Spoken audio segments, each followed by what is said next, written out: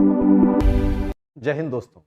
जैसा आप सभी ने देखा कि भारत सरकार का अंतरिम बजट 2024-25 का हमारे सामने है। भारत की वित्त मंत्री श्रीमती निर्मला सीतारमण जी ने भारत की नवनिर्मित संसद भवन से पहला बजट भाषण प्रस्तुत किया। और देखिए, ये अंतरिम बजट क्यों है, ये मैं पिछले वीडियो में समझा चुका हूं, क्योंकि एक इलेक्शन ईयर है और फुल बजट लाने के लिए ये गवर्नमेंट अभी एलिजिबल नहीं है। लीगली वो इस साल फुल बजट ला नहीं सकते। तो सिर्फ जब तक के लिए नई सरकार नहीं बन जाती तब तक के लिए एप्रोप्रिएशन के लिए, एडवांस पेमेंट के लिए ये अंतरिम बजट प्रस्तुत किया गया है। लेकिन इस बजट में भी आप देखेंगे कि भारत सरकार ने पूरी कोशिश की है ये दिखाने की कि कैसे वो देश के हर वर्ग के लिए कुछ ना कुछ कर रहे हैं। और उन्होंने यहां पर अपना एक विजन भी प्रस्तुत करने की कोशिश की है कि 2047 तक अगर भारत को एक विकसित राष्ट्र बनाना है, और जैसा कि देश के प्रधानमंत्री जी ने कहा था कि ये अमृत काल चल रहा है।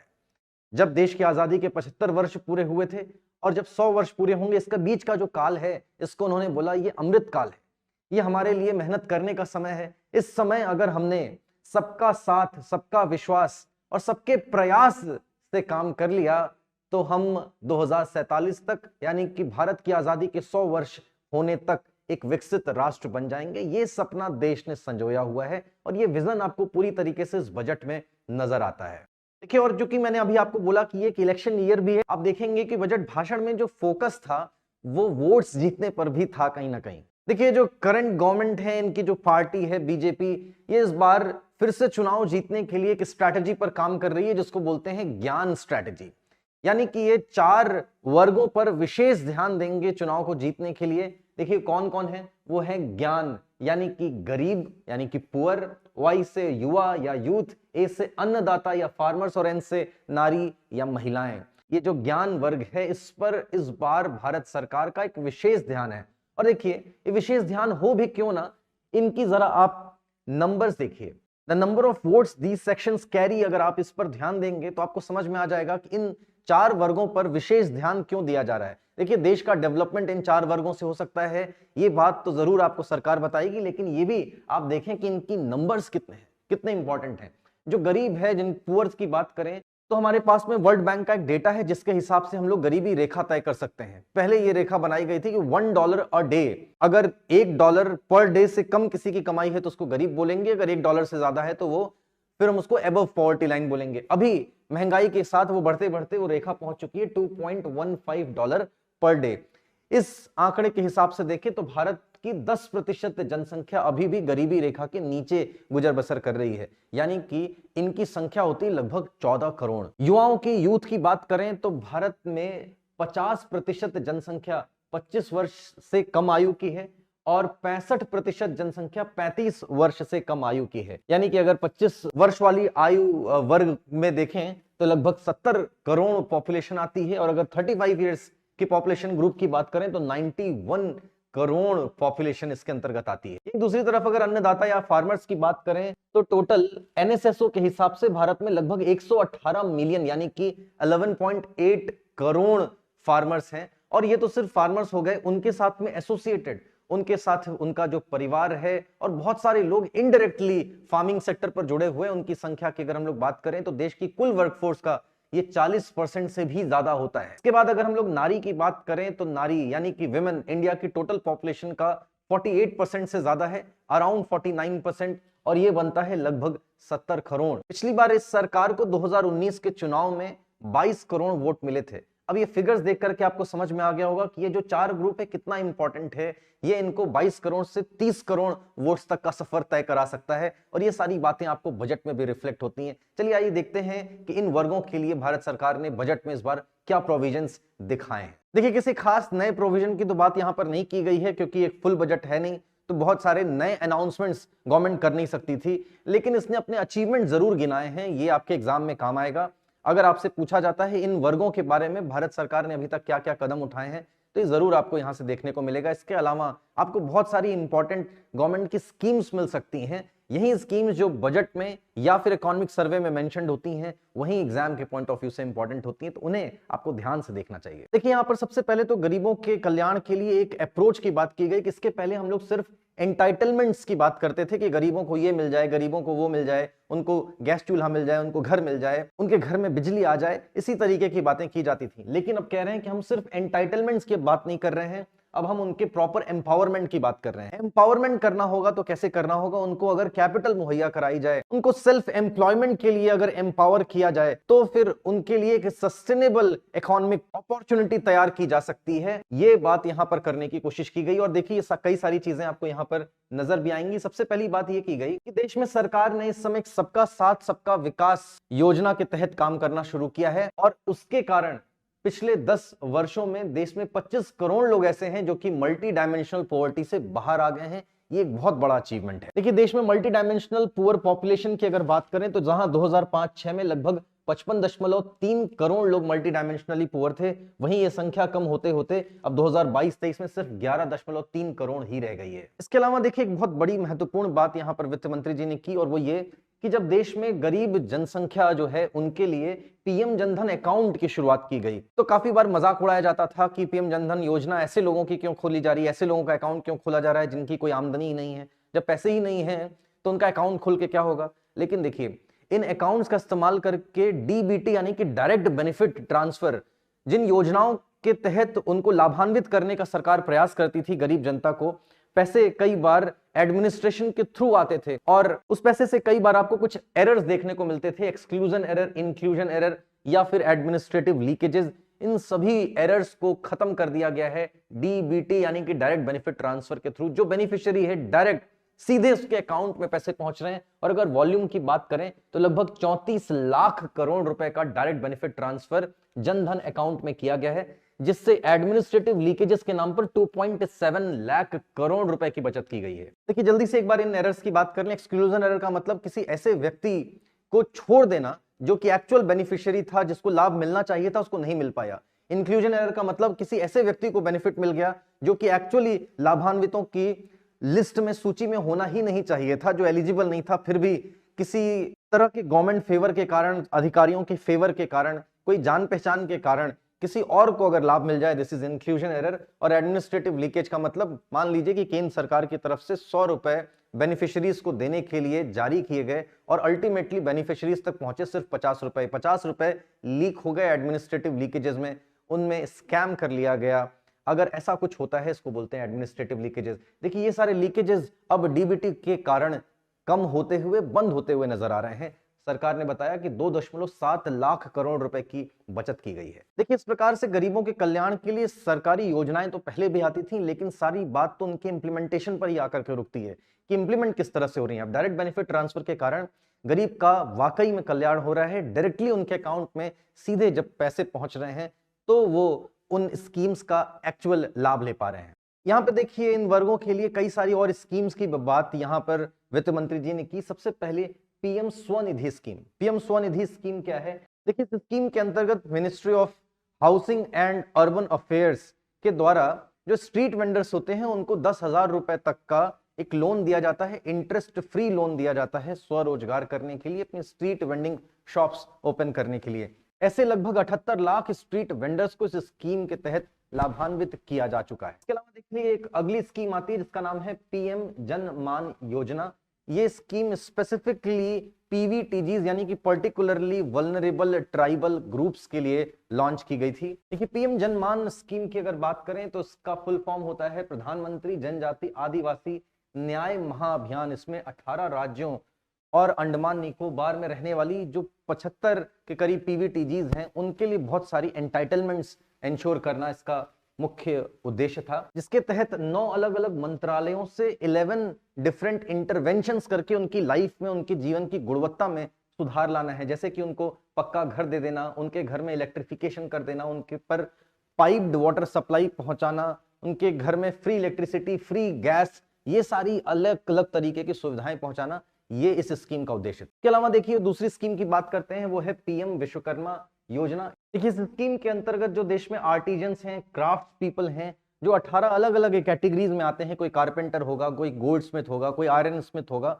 ऐसे 18 अलग अलग कैटेगरी के आर्टिजन और क्राफ्ट पर्सन के लिए बहुत सारी बेनिफिट्स की घोषणा की गई थी और वो स्कीम अभी काम कर रही है। और इस स्कीम का लाभ अनेकों आर्टिजन्स और वर्कर्स ने अभी तक उठाया है। इसके अलावा वित्त मंत्री जी ने यह भी बात की कि हमने कई सारी स्कीम्स दिव्यांग और ट्रांसजेंडर्स के लिए चलाई हुई हैं, जैसे कि दीनदयाल डिसेबल्ड रिहेबिलिटेशन स्कीम या एक्सेसिबल इंडिया स्कीम, ऐसे तमाम सारी स्कीम। इसके बाद देखिए इन्होंने बात की अन्नदाता यानी कि फार्मर्स की। फार्मर्स के लिए भी इन्होंने बोला कि हमने कई सारी स्कीम चलाई हुई हैं, उनमें जो सबसे प्रमुख है वो है पीएम किसान सम्मान निधि योजना। देखिए पीएम किसान सम्मान निधि स्कीम की अगर बात करें तो एक सेंट्रल सेक्टर स्कीम है जो कि 100% इसका गवर्नमेंट ऑफ इंडिया से फंड आता है। इस स्कीम के अंतर्गत किसानों को 6,000 रुपए प्रति वर्ष की एक सहयोग राशि प्रदान की जाती है। तो सरकार का कहना है कि ये स्कीम का लाभ अभी तक 11.8 करोड़ फार्मर्स ने उठाया है। इसके अलावा भारत सरकार की जो क्रॉप इंश्योरेंस स्कीम है, प्रधानमंत्री फसल बीमा योजना, उसका 4 करोड़ फार्मर्स ने अभी तक लाभ उठाया हुआ है। इसके अलावा एक और बहुत महत्वपूर्ण चीज की बात की वो है ई नैम यानी कि electronic national agricultural market. E NAM क्या होता है? देखिए ई नैम का मतलब यह है कि देश में अभी तक किसान अपने प्रोड्यूसर्स को सिर्फ एपीएमसी मार्केट्स में यानी कि एग्रीकल्चरल प्रोड्यूस मार्केटिंग कमिटीज यानी कि मंडीज में ही जाकर के बेच सकते हैं। ये उनके लिए एक ऑब्लिगेशन है, मैंडेटरी क्लॉज है। लेकिन देश की सभी मंडियों को अगर ऑनलाइन मार्केट से जोड़ दिया जाएगा तो अब किसानों के पास में ज्यादा मार्केट्स होंगे अपने प्रोड्यूसर्स को बेचने के लिए। देखिए जो एपीएमसी मार्केट्स की बातें की जाती हैं ये पहले जहां किसानों की सुरक्षा करने के लिए बनाई गई थी, लेकिन यही स्कीम अब किसानों को रेस्ट्रिक्ट करती है। उस रेस्ट्रिक्शन से आजाद करने के लिए ये ई नैम जैसी स्कीम बहुत आवश्यक है। मान लीजिए कि किसान ने किसी एक पर्टिकुलर जिले में कोई उत्पाद उत्पन्न किया, इनके पास अभी मजबूरी है कि अपने ही जिले में इनको अपने उत्पाद को बेचना होता है इसी मंडी में, चाहे उनको रेट मिल रहा हो या ना मिल रहा हो। अब उदाहरण के लिए मानिए कि उत्तराखंड का कोई फूलों का किसान है जो कि फूलों की खेती करता है और बैंगलोर में उसको अच्छी रकम मिल रही है, तो वो बैंगलोर में क्यों नहीं बेच सकता? अभी तक मैंडेटरी क्लॉज था कि उसको अपने जिले में ही बेचना है, लेकिन ई नैम यानी कि अगर सभी मंडियों को आपस में इलेक्ट्रॉनिकली जोड़ दिया जाएगा तब वो किसी भी मंडी में जो जो उस ई नैम प्लेटफॉर्म से जुड़ी हुई हैं वहां पर भी वो बेच सकता है और उसको ज्यादा रकम मिल सकती है। ये चीज देखिए 1361 मंडियों को अभी तक ई नैम स्कीम के तहत जोड़ दिया गया है। ये एक बड़ा कदम है। इस स्कीम के तहत अब तक 1.8 करोड़ फार्मर्स जुड़ चुके हैं जिन्होंने लगभग 3 लाख करोड़ रुपए की ट्रेडिंग भी इस प्लेटफॉर्म का इस्तेमाल करके कर ली है। किसान जब अन्न का उत्पादन करते हैं तो भारत सरकार हर साल उनसे उसमें से कुछ अन्न प्रोक्योर कर लेती है एफसीआई काउंटर्स के through. Food corporation of India के काउंटर्स होते हैं अलग अलग मंडियों में, उनके थ्रू। और किसान भी चाहते हैं कि वो पहले एफसीआई काउंटर पर ही जाकर के अपनी फसल बेच, क्योंकि वहां पर उनको पता होता है कि उन्हें एमएसपी मिलेगा ही मिलेगा, यानी कि मिनिमम सपोर्ट प्राइस मिलेगा। इसके अलावा अगर वो किसी रजिस्टर्ड आढ़तिये को बेचते हैं तो वहां पर उनको पूरी रकम मिले ना मिले इस बात की उनको शंका होती है। तो किसान चाहते हैं कि एफसीआई काउंटर पर वो बेच सकें, लेकिन सरकार की मजबूरी है कि वो सारी की सारी किसानों की फसल खरीद नहीं सकती। सरकार हर साल एक लिमिट बताती है कि इतने टन किसानों की फसल हम खरीदेंगे, इस साल इतने टन गेहूं की खरीदी की जाएगी, इतने टन चावल की खरीदी की जाएगी। तो देखिए यहाँ पर ये जो खरीदी की लिमिट है ये आपको लगातार बढ़ते हुए चावल के केस में नजर आएगी। हालांकि गेहूं के केस में आप देखेंगे चूंकि सरकार के पास भंडार बहुत हो चुका है इसलिए इसमें कुछ कमी देखने को मिल रही है। इसके बाद देखिए बात आती है तीसरे ग्रुप की, विच इज यूथ या युवा पीढ़ी की। देखिए युवा पीढ़ी को इस समय सरकार ने एक नया नाम दिया हुआ है, इनको बोला गया ये अमृत पीढ़ी है। ये वो पीढ़ी है जिसने कि अगर ठीक से मेहनत कर ली तो यही पीढ़ी देश को विकसित भारत बनाने में मदद करेगी, इसलिए इन पर विशेष ध्यान देने की आवश्यकता है। कई सारी चीजें इनके लिए करने की कोशिश की गई, उनमें सबसे पहली चीज तो यह है कि एक नेशनल एजुकेशन पॉलिसी लाई गई थी 2020 में, जिसके थ्रू इनके जो एजुकेशन की स्तर है, क्वालिटी ऑफ एजुकेशन है, उसको इंप्रूव करने की कोशिश की गई। नई पॉलिसी, लेकिन देश में सभी स्कूल, सभी कॉलेजेस, यूनिवर्सिटीज उसको ठीक से लागू करेंगे या नहीं करेंगे ये बात अभी पता नहीं था। इसलिए भारत सरकार ने एक स्कीम शुरू की जिसका नाम है पीएम श्री, यानी कि PM schools for rising India. इस स्कीम के अंतर्गत कुछ मॉडल स्कूल्स तैयार करने थे। मॉडल स्कूल से क्या होगा, कुछ मॉडल स्कूल हर एक राज्य में बनाए जाएंगे, जिलों में बनाए जाएंगे। उससे होगा ये, इनका मॉडल डेवलपमेंट करके एक एग्जाम्पल सेट किया जाएगा कि स्कूल्स और कॉलेजेस नई एजुकेशन पॉलिसी के हिसाब से ऐसे चलाए जाने हैं। अगर आप ऐसे चलाएंगे तो देश में एजुकेशन का विकास और अच्छा होगा। देखिए इस स्कीम की ड्यूरेशन 2022-23 से लेकर 2026-27 रखी गई है और इसके अंतर्गत लगभग 14,500 पीएम श्री स्कूल्स को खोलने की बातें की गई हैं। इसके अलावा दूसरी स्कीम आती है वो है स्किल इंडिया मिशन। इसके तहत आप देखेंगे 1.4 करोड़ युवाओं को अपस्किल किया गया है, रीस्किल किया गया है और 3000 से ज्यादा आईटीआईज भी ओपन किए गए हैं। इसके अलावा देखिए देश के प्रीमियम इंस्टीट्यूशंस की बात करें तो आईआईटीज जहां 2014 तक सिर्फ 16 थे, वहीं 2023 तक अब 23 हो चुके हैं। एम्स की बात करें तो 2014 तक सिर्फ 7 थे, 2022 में ये 22 हो चुके हैं। यूनिवर्सिटीज की बात करें तो देश में 2014 तक सिर्फ 723 यूनिवर्सिटीज थी, अब 1113 यूनिवर्सिटीज हैं। सभी में आपको बड़ी बढ़त देखने को मिलेगी। देखिए 2014 इस सरकार ने एक अलग सा माइलस्टोन सा सेट कर दिया है कि 2014 के पहले का युग, 2014 के बाद का युग। इसको दिखाकर वो ये भी दिखाने की कोशिश करते हैं कि इसकी पहले की सरकारों ने, जो कि ज्यादातर कांग्रेस की सरकार इसके पहले रही थी, उनकी सरकारों में क्या हुआ था और इनके 10 साल के कार्यकाल में क्या हो पाया है। इसके अलावा देखिए एक और स्कीम की बात की गई यहाँ पर, वो है पीएम मुद्रा योजना। इस स्कीम के तहत माइक्रो और स्मॉल एंटरप्राइजेस को छोटे अमाउंट के लोन दिए जाते हैं, 50,000 रुपए से लेकर के 10 लाख रुपए तक के लोन दिए जाते हैं। इसमें 3 कैटेगरी के लोन्स होते हैं, शिशु, तरुण और किशोर, यानी कि 50,000 रुपए तक के लोन, 50,000 से 5 लाख रुपए तक के लोन और 5 लाख से 10 लाख रुपए तक के लोन। ये 3 कैटेगरीज बनाई गई हैं। इसके तहत जो लोन मिलता है वो आपको बैंक से, एमएफआई से या फिर किसी भी एनबीएफसी से मिल सकता है। इस स्कीम के तहत आप देखिए 22.5 लाख करोड़ रुपए का अब तक लोन दिया जा चुका है। टोटल नंबर ऑफ लोन्स की बात करें तो 43 करोड़ लोन्स अब तक डिसबर्स किए जा चुके हैं। इसके अलावा सेल्फ एम्प्लॉयमेंट के लिए और भी कई सारे फंड्स हैं, स्टार्टअप लगाने के लिए फंड्स हैं, जैसे fund of funds, startup India fund या फिर स्टार्टअप क्रेडिट गारंटी स्कीम्स। ये सभी चीजें देखिए स्वरोजगार को बढ़ावा देने के लिए, सेल्फ एम्प्लॉयमेंट को एनकरेज करने के लिए की जा रही हैं, जिससे कि देश का जो युवा है वो सिर्फ नौकरी मांगे नहीं, वो नौकरी लोगों को दे भी। इसको बोला गया कि ये जो युवा है अब ये रोजगार दाता बनेगा। जैसे किसानों के लिए अन्नदाता शब्द प्रयोग किया गया, इस अमृत पीढ़ी या युवा पीढ़ी के लिए रोजगार दाता शब्द का प्रयोग यहाँ पर किया जा रहा है।